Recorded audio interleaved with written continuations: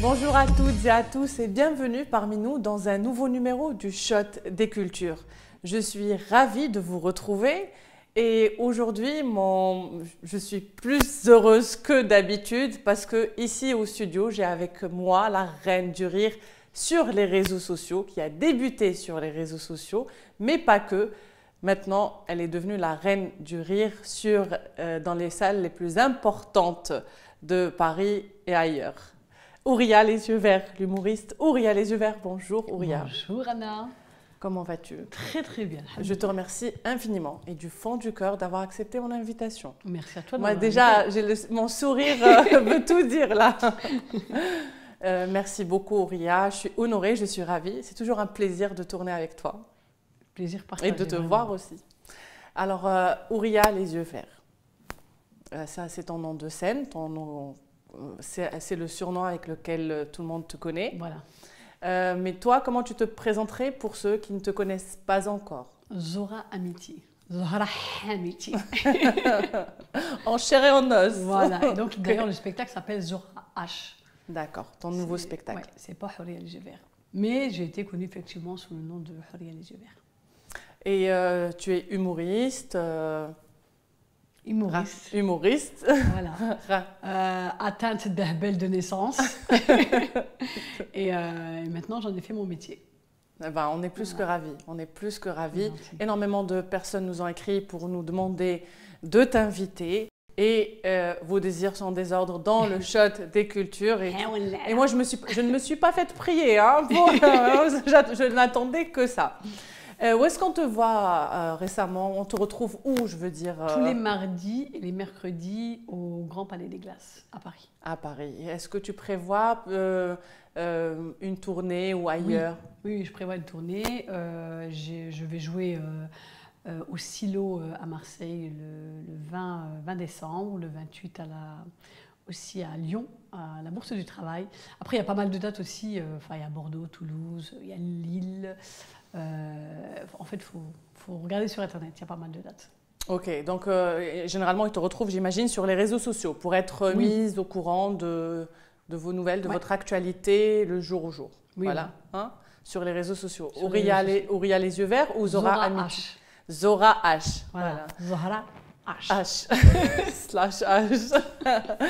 H.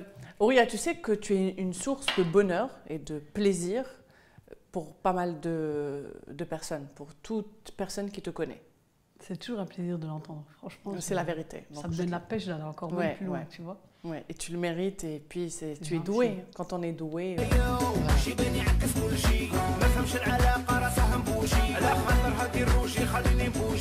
Et on n'est pas posé à la chicha, nous. Zaya, bonjour. Attends. Salam. Dites-nous, comment avez-vous rencontré l'âme sœur? Ah, Yanis, je l'ai rencontré à la Chicha al Pacha. Mais pas celle à la rue de la République, celle à la rue de Strasbourg. Parce que là-bas, il n'y a que des crasseuses hachas. Et en fait, ils ont organisé une après-midi fille 100% soirée fille le dimanche après-midi avec DJ Hamida. Et ils ont ramené des sponsors de ouf, mon frère. Ils ont ramené Soussou Lissage, Soussou Make-up et Soussou Hanna, t'as vu? Ma sœur, comment je l'ai rencontrée? Ah, c'est vrai comment j'ai rencontré celle-là? Mais en fait, on s'est jamais rencontrés parce qu'elle a grandi avec nous. Bon, attends. Ah, tu me poses une colle là, ouais? Dites-nous, comment avez-vous rencontré l'âme sœur? حي عليا في سوق الخميس المارشي دو جودي كان يبيع الدجاج مو الدجاج كوا وانا كنت نروح للمارشي ونسمع دوك الدجاجات وانا هما يديروا منا قوط وانا قلبي يدير قوط هما قوط وانا قوط هما قوط على بالك انا اللي قبرتها. Je parle de l'âme sœur, Madame Dédé. Ah, mais non, mais tu m'as dit comment que t'as rencontré ta sœur? Toi aussi, articule crétin, va. Minir. Ah, là tu parles de mon Marcel, tu me prends par les sentiments. Hein. Bah en fait, il travaillait à l'hôpital. Il était brancardier. Donc, il pousse les brancards, tu vois. Et puis moi, j'étais sur ce brancard parce que j'étais malade. Et ça, je me rappelle aussi parce que qu'est-ce que j'avais mal. Oh là là. J'avais une appendicite. Et pas n'importe quelle appendicite, j'avais la crème des appendicites. Hein. J'avais l'appendicite aiguë. Aiguë. طلع خويا شعل لابول قال لي انت يا مونوبول كي نشوفك نولي كل مهبول. C'était quoi encore ta question? Aujourd'hui, Auria, quel est votre secret pour entretenir cette flamme? اسكت حنبوك اسكت غميتني حشمت روحك ني يا واحد البهلول ما كان لا فلام لا يديك لا يردك. Entretenir la flamme. Je me suis mariée et bam, le lendemain, eh ben il est mort. J'ai rien eu le temps d'entretenir du tout, hein. Bah, la flamme, c'est simple. Hein. Tu prends le briquet, il y a une roulette, tu le fais comme ça et tu restes appuyé. Et la flamme, elle reste. Ah, c'est logique. وكي نفكر مدام ديدي نولي نغير منها انا النهار اللي يموت هذا هو الكادو تاعي. مدام ديدي دوزت من مات ملهيه زهر وانا زهري وراه ما كاش راه اون بان حابس زهري حابس. Sa façon de pousser ce brocard avec moi dedans, il avait un charisme. Oh là là, c'était pas la même chose que les autres brocardiers, hein. Puis il avait sa façon à lui aussi de s'habiller. Tu sais, il montait son pantalon de brocardier jusqu'à là. Oh là là, il me rendait folle. Marcel. ريحته غير زوبية ولا كيفهم خانس قدشي عرفته بصح انا لابيت اللي ديته استاهل. على بالك جامي شرالي كادو لا في عيدك مبروك لا في بون انيفرسير لا في جوية نويل. Et moi, posée au KLM avec ma chicha, mon cassis citron pastèque fruit la passion, t'as vu? Et là, avec la fumée, je lui fais un cœur. Et là, truc de ouf. Yanis qui rentre, carré plongeant, il passe crème. Et là, lui direct, il me répond avec une flèche, puis il met son snap en dessous. Je l'ai ajouté direct. Et là, ça fait à peu près 6 charbons qu'on a ensemble. لا في بوناني ميغ فو حبة حلوة تاع الهالوين وما جابهاليش بوكي تاع الورد نقول لك جامي دخل للدار جامي ما نحلفلكش على هذاك المعدنوس اللي جاي يجيلي وجابوه لي غير باش نفتك له البركوكس ساجي في هذوك الصوالح كاع نهار نقود هذوك لي بات. Maman, je suis à la chicha, ouais, t'as cru que j'étais où? Attends, je t'entends mal. Zahia, Bah déjà, je m'appelle pas Zahia, d'accord? Je m'appelle Zaya. Et moi, j'entretiens rien du tout. Moi, je suis pas une femme de ménage, Craig. Et pourtant, elle avait pas de bande, hein. On a fait l'église avec ses amis à lui et mes amis, ma famille. Puis après, elle a été au PMU, hein. Non, parce que la Madjouba, elle dit toujours, oui, c'est parce que voilà, t'as trouvé un mari tout de suite, hop, voilà, les gens, ils t'ont porté des yeux, je sais pas quoi, là. Bah non, il y avait personne. Tu sais qui a pu nous porter les yeux? Hôpital de merde. Tu sais quoi? Je le savais. Je sentais que le jour-là, il fallait pas que ça me fasse retirer la pénis aiguë là-bas. J'en ai marre. Ouais, c'est quoi ça, pas bien.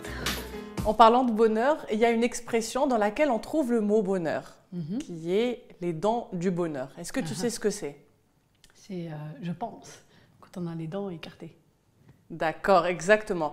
Et pourquoi dit-on les dents du bonheur, justement, d'après toi? Oui. Alors, pour être honnête avec toi, je ne sais pas.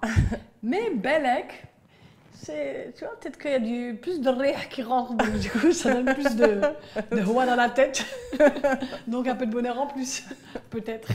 Et donc, d'après toi, c'est peut-être Je ne sais pas, le je ne vent. sais pas du tout. Peut-être le rire qui rentre. Et toi, tu y crois? Tu crois que les gens vraiment qui ont les dents écartées, ils vivent plus, moi, j'ai ils sont une amie, plus elle a les dents heureux? écartées. Mskina. Barbona. Donc, cette expression, c'est pas vrai. D'accord. Et ce que j'aimerais savoir aussi, est-ce que toi, est-ce que tu préfères les hommes qui s'habillent en classique ou qui s'habillent en casual, c'est-à-dire street, Ouais, plutôt décontractés? Oui, je préfère Et, plutôt et ceux qui portent des cravates, tu en penses quoi? Ça, franchement, pour des occasions bien spécifiques, c'est beau. Parce qu'un homme en costume, c'est beau, tu vois. Ouais, c'est chic. Oui, ça c'est reste très chic. D'ailleurs, c'est comme quand t'as un mec qui ça va pas, il met des lunettes de soleil, il belle quand même chouïa, tu vois. Mais non, pour une occasion, ouais. Mais tout le temps, non. Alors, ce que j'aimerais savoir, là, ma deuxième question, ça concerne les cravates. D'après toi, quelle est l'origine de la cravate? Quelle est l'origine de la cravate? Ouais. D'où est-ce que nous vient cet accessoire? Ah bah, je sais pas du tout. Tu sais alors, pas à pas du l'époque, qu'est-ce qu'on a dû faire Je sais pas, pour se Belle retrouver qu'elle se suicide avec une cravate. Je sais pas. pour que les hommes se retrouvent avec quelque chose autour du cou? Je sais pas du tout. Pas du tout? Non, pas du tout. Je sais les faire parce que je suis couturière de métier. Donc je sais, avec la cravate, je te fais avec le nœud. L'origine même de la cravate, je sais pas. Ok. Alors, passons à autre chose. Moi, tu vas pas me donner les réponses ou la question? Non, je vais te donner les réponses pour que je te garde. Il faut que je te garde jusqu'au bout. Ah, J'ai pas envie que tu te barres là. Et je sais que tu as des enfants adorables, que tu les protèges. On les aime tous, on les voit sur tes réseaux sociaux. Ils sont aussi célèbres et populaires que toi. Et généralement, les enfants, même les adultes, hein, d'ailleurs, ton anniversaire, c'est dans pas longtemps, te souhaite un heureux anniversaire. C'est gentil. Toi qui ne grandis jamais. Inch'Allah. Voilà. Inch'Allah, amin. Et généralement, quand on fête notre anniversaire, on fait la tarte et on souffle les bougies. Pourquoi est-ce qu'on souffle les bougies lors des cérémonies d'anniversaire? D'après toi? Peut-être, je ne sais pas, peut-être c'est pour éteindre les années passées. Non? Ouais, c'est trop beau, c'est mignon. Ben, je sais pas. Ça aurait pu être ça, hein, franchement. Je sais pas du tout. Mais c'est magnifique, hein. احنا غير رايحين وتابعين الموفمون. Ouais, c'est ça. Nous, on fait, tant que c'est bien, il y a de la bouffe, il y a la bonne ambiance, on limite. Alors, on va voir ensemble, alors. Tu veux? Tu es curieuse de découvrir la Mais réponse? bien sûr.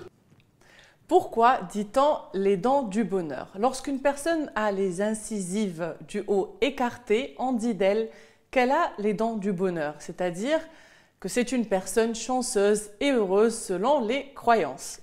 Selon les croyances. Pour comprendre l'origine de cette expression, il faut remonter aux guerres napoléoniennes. En Europe, à cette époque, les soldats qui avaient les deux dents du devant écartées étaient réformés et échappaient donc à la guerre. Une chance inouïe. Il faut savoir qu'à l'époque, les soldats utilisaient leurs dents pour charger leurs armes. Vu la lourdeur de leurs fusils, qu'ils devaient tenir grâce à leurs deux mains, les incisives leur servaient à couper avec délicatesse l'emballage du papier qui contenait la recharge en poudre. Chose impossible à réaliser pour ceux qui avaient les dents écartées. Certains se faisaient retirer exprès des dents pour être déclarés inaptes. Les Algériens aussi, on fait tout avec les sneds. On arrache tout haka, comme les soldats. Et notre deuxième question, c'était pourquoi les hommes mettent-ils des cravates? C'est au XVIIe siècle que la mode de porter des cravates est apparue, plus précisément durant la guerre de 30 ans, où les mercenaires croates qui étaient au service de la France portaient un ruban autour du cou comme signe distinctif. C'est précisément ce ruban qui deviendra par la suite ce qu'on appelle, nous aujourd'hui, la cravate. Ces mercenaires avaient la réputation d'être des farouches guerriers, ce qui a conduit la France à faire appel à leurs talents en 1635. Et pour leur rendre hommage, un soir, le roi de France, Louis XIII, a reçu une délégation où il a remarqué avec curiosité ce bout de tissu noué à leur cou. Il trouva l'accessoire très élégant et lança de ce fait la mode à la cour. Une mode qui n'a cessé de traverser les temps et qui n'est plus exclusive qu'aux hommes de nos jours, puisque même mesdames l'ont adoptée. C'est vrai ou pas? Même nous, ça nous arrive de mettre... un petit côté garçon comme ça. Ouais, de temps en temps, ça fait très chic. Oui. C'est à la mode. Alors, pourquoi on souffle les bougies d'anniversaire? Comme ça, tu penseras à moi la prochaine. À chaque fois que tu souffleras. Je penserai à toi, Inch'Allah. Inch'Allah, j'espère. De toute façon, je t'appellerai. C'est à l'Antiquité grecque que remonte la tradition des bougies d'anniversaire. Les Grecs, à cette époque, et lors des anniversaires, se devaient d'honorer Artémis, la déesse de la chasse et de la lune, dans la mythologie grecque. Ils préparaient pour lui rendre honneur un gâteau rond au miel, faisant référence à la lune, dans lequel ils plaçaient des cierges pour imiter la lueur des astres. Tu vois, donc ils préparaient un gâteau rond comme ça au miel, et après, pour reproduire, imiter la lune, et puis pour reproduire la lueur des astres, ils mettaient les bougies. C'est beau aussi. Ils s'agenouillaient et lisaient une prière qu'ils finissaient en soufflant sur les bougies. Cette tradition a été longtemps rejetée par les premiers chrétiens dès le IVe siècle, la naissance rappelant le péché originel. L'Église catholique interdisait formellement cette fête et privilégiait le baptême. C'est au XIIIe siècle que ce rituel revint en Allemagne, en France en XVIIIe siècle, pour qu'il gagne l'Occident en XIXe siècle. Tu vois, maintenant tu sais pourquoi on souffle les bougies? Je vais leur dire, vous me les soufflez pour moi. Exactement, parce que je suis la déesse Artémis. et tu vas raconter ces petits détails d'histoire à tes filles. Vous savez pourquoi? Ça va faire la prise d'armage, ça fait longtemps, on n'a rien à Et c'est quelle information t'a surpris le plus? Est-ce que celle de l'anniversaire, celle des dents? T'as vu? Ouais, c'est impressionnant.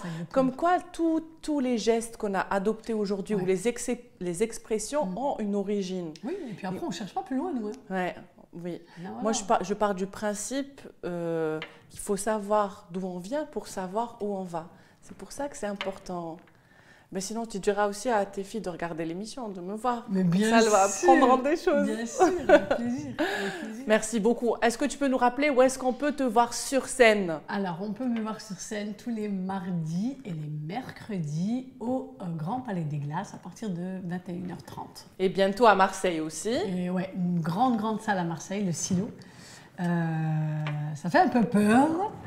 Donc ça sera le 28 décembre et aussi, je serai aussi à Lyon, aussi une très grande salle, la Bourse du Travail, le 28 décembre à Lyon et le 20 décembre à Marseille. Le 28 décembre à Lyon et le 20 décembre à Marseille. Voilà. Même si c'est une grande salle, on sait que tu seras à la hauteur et ton public qui t'aime, il sera là. Ça, c'est certain. Nous aussi, on sera là. J'ai déjà vu ton spectacle. Il est extraordinaire. C'est pas parce que tu es là en face de moi, mais je l'ai vraiment pensé. J'ai tellement ri que voilà, mon maquillage avait coulé de partout. Mais ça valait la peine. C'était un pur bonheur. 1h15 de pur bonheur. Voilà, je conseille sans hésitation et je te suivrai là où tu seras. Avec plaisir. Merci de m'avoir honoré de ta présence. J'ai adoré partagé. Merci pour l'invitation. Merci. Et puis, je te dis, j'espère te retrouver dans d'autres circonstances, d'autres émissions. Avec plaisir. Franchement, ce sera avec grand plaisir. Merci beaucoup. Merci. Je vous remercie infiniment de nous avoir suivis. J'espère que vous avez aimé ce numéro avec l'humoriste Ouria, les yeux verts, Zora, H. Je vous donne rendez-vous la semaine prochaine pour un nouveau numéro. D'ici là, portez-vous bien. Merci beaucoup.